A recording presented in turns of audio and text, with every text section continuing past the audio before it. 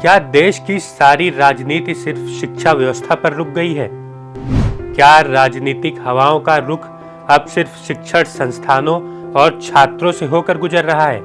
ऐसा हम इसलिए कह रहे हैं क्योंकि छात्रों से जुड़ा पेपर लीक का मुद्दा अभी शांत नहीं हुआ था। तब तक शिक्षा से जुड़े एक और विवाद ने तूल पकड़ लिया है। हम बात कर रहे हैं पीएम श्री योजना से जुड़े विवाद की, जो आजकल चर्चा का विषय बना हुआ है।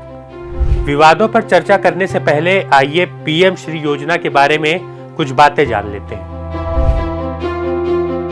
प्रधानमंत्री नरेंद्र मोदी ने PM schools for rising India यानी पीएम श्री योजना की शुरुआत की थी। पीएम श्री केंद्र सरकार की एक योजना है जो केंद्रीय शिक्षा मंत्रालय द्वारा संचालित की जाती है। इसका उद्देश्य देश भर के विद्यालयों को आदर्श विद्यालय के रूप में बदलना है, जो न्यू एजुकेशन पॉलिसी 2020 के अनुसार चलेंगे।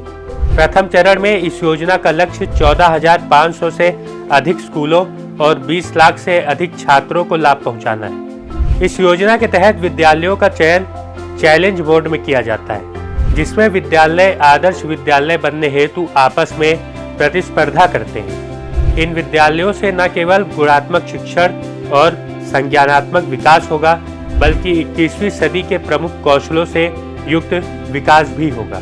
मगर आधुनिकता और कुशलता से युक्त यह योजना अचानक विवादों में क्यों आ गई, यह भी जान लेते हैं। दरअसल इंडियन एक्सप्रेस में छपी एक रिपोर्ट के अनुसार शिक्षा मंत्रालय ने दिल्ली, पंजाब और पश्चिम बंगाल को समग्र शिक्षा अभियान के तहत धनराशि देना बंद कर दिया।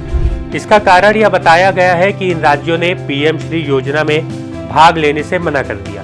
बता दें कि इस योजना के तहत केंद्र सरकार 60% वित्तीय भार वहन करती है और राज्य सरकारें 40% वित्तीय भार वहन करती हैं। इसके साथ ही राज्यों को शिक्षा मंत्रालय के साथ समझौता ज्ञापन पर हस्ताक्षर करके अपनी भागीदारी की पुष्टि करनी होती है। लेकिन इस रिपोर्ट के अनुसार 5 राज्य तमिलनाडु, केरल, दिल्ली, पंजाब और पश्चिम बंगाल ने समझौता ज्ञापन पर हस्ताक्षर नहीं किए हैं।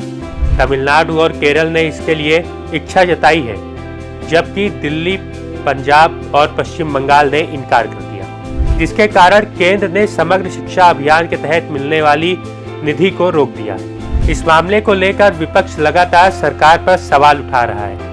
बहरहाल पक्ष और विपक्ष के आरोप प्रत्यारोप में कितनी सच्चाई है, इसकी पुष्टि होना अभी भी बाकी है। लेकिन हमारी चिंता सिर्फ छात्रों तक सीमित है, क्योंकि केंद्र, राज्य, पक्ष और विपक्ष के राजनीतिक द्वंद्व के बीच नुकसान सिर्फ छात्रों का होता है। फिलहाल इस पूरे मामले पर आपके क्या विचार हैं, हमें कमेंट बॉक्स में जरूर बताएं।